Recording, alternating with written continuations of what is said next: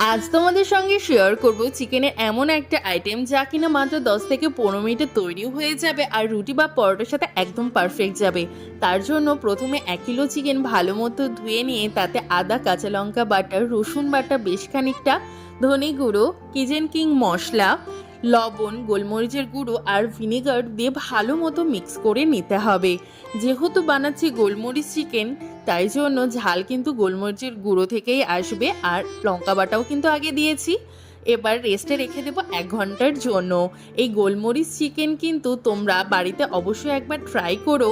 রাতে ডিনারের সময় কিন্তু আমাদের হাতে খুব একটা সময় থাকে না, তো চটজলদি কিন্তু এই গোলমরিচ চিকেনটা তৈরিও হয়ে যায়।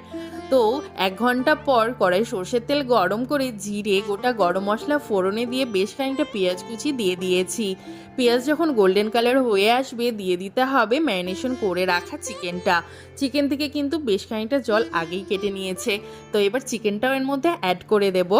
চিকেন অ্যাড করার পর 1 থেকে 2 মিনিট ভালো মতো মিক্স করে নেওয়ার পর দিয়ে দেবো সামান্য একটু হলুদ গুঁড়ো, দিয়ে আবারও ভালো মতো মিক্স করে ঢেকে রেখে দিতে হবে 15 মিনিটের জন্য।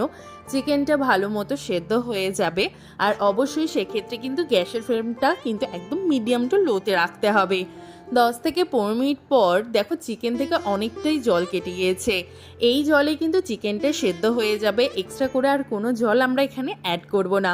ভালো মতো চিকেন কষিয়ে নিতে হবে। চিকেন থেকে যখন তেল ছাড়া ছাড়া হয়ে আসবে দিয়ে দিতে হবে কাঁচা লঙ্কা। এতে কিন্তু ফ্লেভারটা আরও ভালো হয়। তোমরা যদি আরও ঝাল পছন্দ করো সেক্ষেত্রে আরও বেশ কয়েকটা লঙ্কা দিতে পারো। নামানোর আগে আবারও গোলমরিচ গুঁড়ো আর ঘি দিলেই কিন্তু তৈরি এই গোলমরিচ চিকেন।